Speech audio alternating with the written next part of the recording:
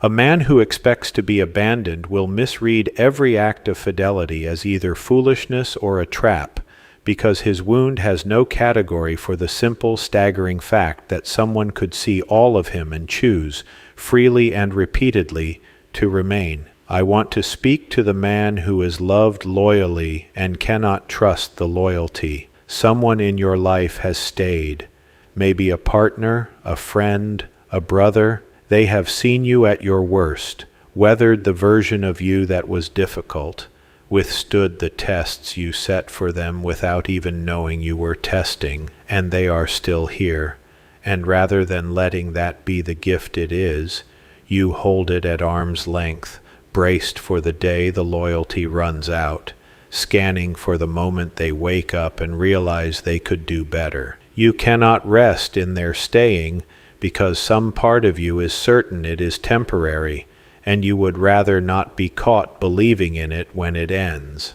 I want to show you why you cannot trust it and what their loyalty actually is, because you have been misreading one of the best things in your life. You misread it because you are running it through a wound that expects abandonment. When a man has learned somewhere deep that people leave, that love is conditional and presence is temporary and everyone eventually finds the exit, he loses the ability to perceive loyalty as what it is. He has only two categories for someone who stays. Either they are too weak or too trapped to leave, or they are running a long game and the betrayal simply hasn't arrived yet. Both of those readings protect him from the most terrifying possibility of all, which is that the loyalty is real, freely given, and his to lose, because a real thing can be lost, and a thing you never believed in cannot break your heart when it goes. So let me tell you what loyalty actually is,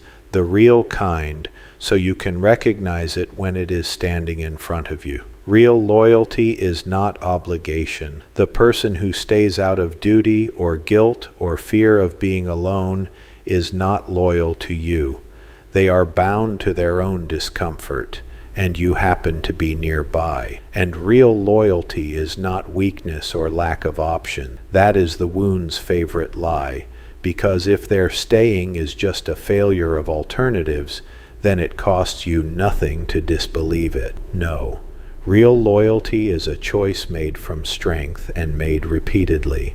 It is a person with the full freedom to leave, with eyes open to your flaws, with other roads genuinely available to them, choosing you anyway, on purpose again and again, not because they have to, but because they have decided that you are worth the staying. That is not weakness. That is one of the most powerful things a human being can do, because it is fidelity offered freely by someone who could withdraw it at any moment and simply does not. And here is the part your wound most needs to hear. Their loyalty is not a measurement of your worth that you have to somehow live up to or keep earning. It is a revelation of their character.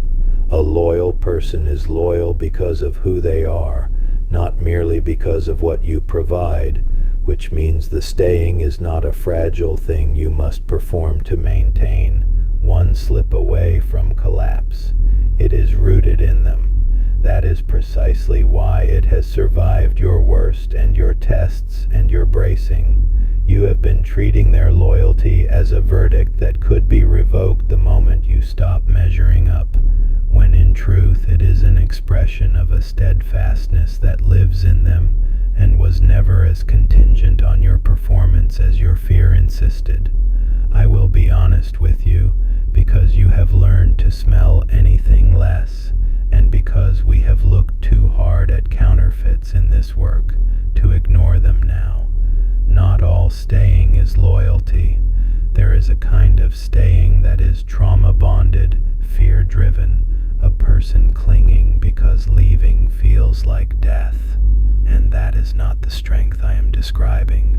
That is its own wound, and you have probably seen it. The difference is freedom. True loyalty is given by someone who could leave and chooses not to. False loyalty is the